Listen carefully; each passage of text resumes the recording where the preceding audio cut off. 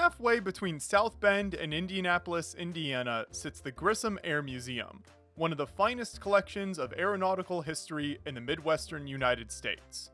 The museum is located next to the Grissom Air Reserve Base, one of only 4 Air Reserve Command bases in the country and home to the 434th Air Refueling Wing. With collections spanning from the Second World War to today, the museum has a wide variety of stories to tell. One of the highlights is an F-100C that was used as a high-speed flight station for testing different systems on the aircraft. The F-100C on display was last flown by famous pilot and astronaut Neil Armstrong before being put in storage in 1957. Some of the aircraft at the museum served in combat roles before being retired.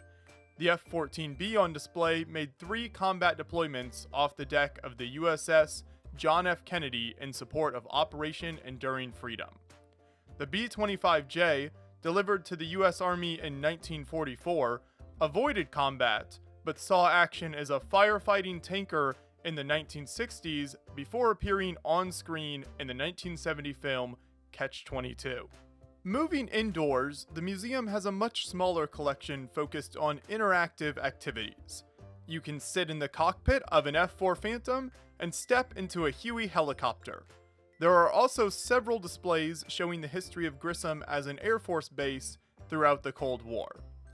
Restoration of aircraft plays a big part in the museum's mission. During my visit, there were volunteers helping restore a Cold War-era Soviet jet that had recently arrived from Eastern Europe. With the bulk of the museum's collection displayed outdoors, it's best to visit on a sunny day without too much wind or rain.